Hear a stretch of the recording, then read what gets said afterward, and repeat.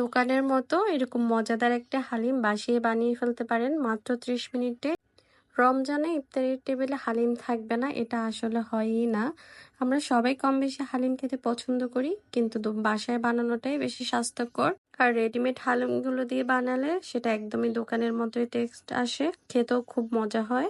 আজকে আমি একটা প্রাণের হালিম মিক্স নিয়ে এসেছি। এটা দিয়ে বানাতে আমাদের খুব বেশি টাইম লাগবে না। পিছনে আমাদের কিভাবে করতে হবে প্রণালীটা লেখা আছে। ভিতরে 2টা প্যাকেট থাকে, একটা ডালের মিক্সচার আর একটা হচ্ছে আমাদের মশলার মিক্সচার। প্রথমে ডালগুলোকে আমি 15-20 মিনিটের জন্য হালকা কুসুম গরম পানি দিয়ে ভিজিয়ে রাখবো।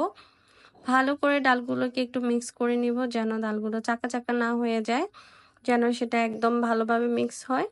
আমি টোটাল 2 কাপ পানি দিয়ে ভিজিয়ে রেখেছি।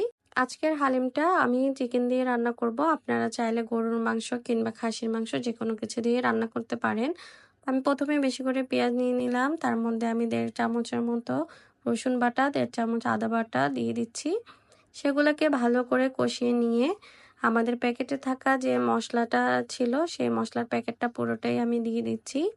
সেগুলোকে আমি ভালো করে একটু কষিয়ে নিব যতক্ষণ পর্যন্ত আমাদের মশলাটা ভুনা হবে না।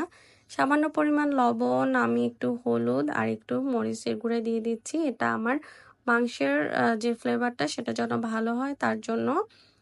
আমি এখানে হাড় ছাড়া মাংস নিয়েছি। আপনারা যে কোনো ধরনের মাংস দিয়ে রান্না করতে পারেন, কোনো সমস্যা নেই। মাংসগুলোকে আমি খুব ভালো করে ভুনে নিব যাতে করে মাংসের গন্ধটা চলে যায়। দেখতে পাচ্ছেন আমার মাংসের তেলটা উঠে এসেছে আর মাংসগুলো ভালো করে কষানো হয়ে গেছে। একটু পানি দিয়ে আমি মাংসগুলোকে আবারও অনেকক্ষণ ধরে কষিয়ে নিয়েছি। তারপরে আমি আমাদের যে ভিজিয়ে রাখা ডালের মিক্সচারটা ছিল সেটা ঢেলে দিয়েছি। অনবরত নাড়তে থাকবো যতক্ষণ পর্যন্ত না এটা কষানো হবে। তারপর আমি আবারও প্রায় 2-3 কাপ পানির মতো দিয়ে দিয়েছি। সেটাকে আমি আধা ঘন্টার মতো জাল করব। জাল করতে করতে সেটাকে 2 মিনিট পর পর ভালো করে নিচ থেকে নেড়ে দিতে হবে যেন লেগে না যায়। আমার মাংসগুলো জাল করতে করতে কিন্তু অনেকটাই মাংসের আঁশগুলো খুলে এসেছে। এতে করে এটা খেতে অনেক মজা হবে।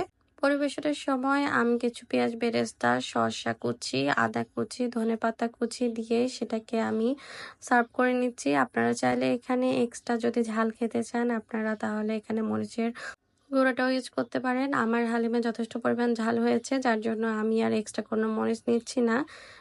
তো দেখতেই পাচ্ছেন এটা দেখতেও কিন্তু খুব সুন্দর হয়েছে আর খেতেও মাশাআল্লাহ অনেক মজা হয়েছিল। সবাই ভালো থাকবেন। আল্লাহ হাফেজ।